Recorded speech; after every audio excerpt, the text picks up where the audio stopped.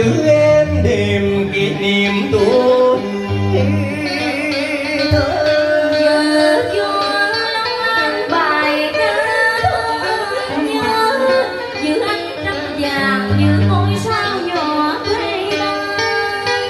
nghe tiếng em ca trên dòng sông giải phóng lòng lân lân như giấc mộng ban đầu.